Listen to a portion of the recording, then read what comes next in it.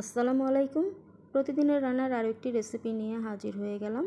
তো আজকে আমি টমেটো দিয়ে রুই মাছের মাথা মাছ কাটা ভুনা করব। তো এখানে আমি কয়েক পিস মাছ নিয়েছি, রুই মাছ, তার সাথে রুই মাছের মাথা আর কাটাও নিয়েছি।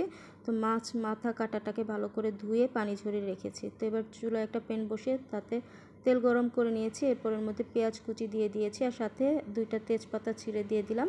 এবার পেঁয়াজটাকে জাস্ট নরম করে একটু ভেজে নিব। তো যেখানে পেঁয়াজটা নরম করে ভাজা হয়ে গেছে, তো এখন এর মধ্যে সামান্য একটু পানি অ্যাড করে দিচ্ছি যাতে মশলাটা পুড়ে না যায়।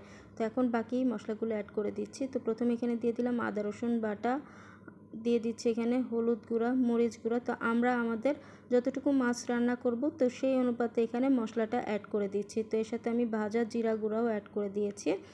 তো এবার মশলাটাকে ভালো করে কিছু সময় একটু কষিয়ে নিব। তো এর মধ্যে আমি আরেকটু পানি দিয়ে দিলাম, অল্প অল্প পানি দিয়ে মশলাটাকে ভালো করে কষিয়ে নিব। তো এর মধ্যে এখন স্বাদ মতো লবণ অ্যাড করে দিলাম। তো এই যে মশলাটা কষানোর সাথেই আমি এর মধ্যে টমেটো দিয়ে দিয়েছি, 2টা মিডিয়াম সাইজের টমেটো ফালি করে দিয়ে দিয়েছি।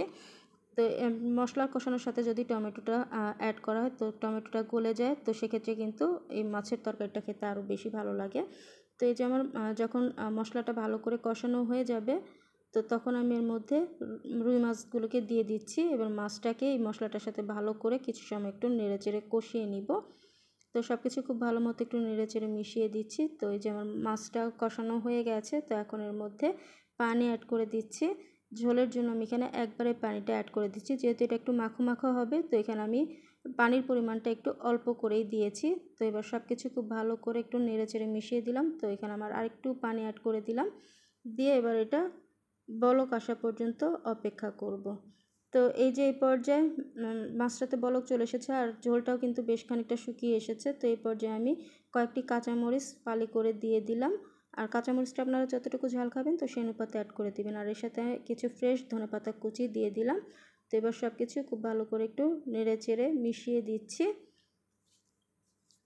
তো এবার আমি ঝোলটাকে আরেকটু শুকাবো, আরেকটু শুকানো পর্যন্ত অপেক্ষা করব। তো এই যে এই পর্যায়ে আমার রান্নাটা কিন্তু হয়ে গেছে। তো আমি এখানে চুলাটা অফ করে দিয়েছি। তো এই যে তৈরি হয়ে গেছে টমেটো দিয়ে রুই মাছের মাথা মাছ কাটা ভুনা। তো ভীষণ মজার এই রেসিপিটা থাকলে কিন্তু গরম ভাতের সাথে আর কিছুই লাগে না, জাস্ট নিমিশে 1 প্লেট ভাত শেষ হয়ে যাবে। তো আশা করছি আমার আজকের এই রেসিপিটা আপনারা অবশ্যই বাসায় একবার তৈরি করে খেয়ে দেখবেন। আশা করছি আপনাদের ভালো লাগবে। যদি ভালো লাগে তাহলে অবশ্যই আপনার ফ্রেন্ডস অ্যান্ড ফ্যামিলির সাথে শেয়ার করবেন। তাহলে আজকে এই পর্যন্ত, আল্লাহ হাফেজ।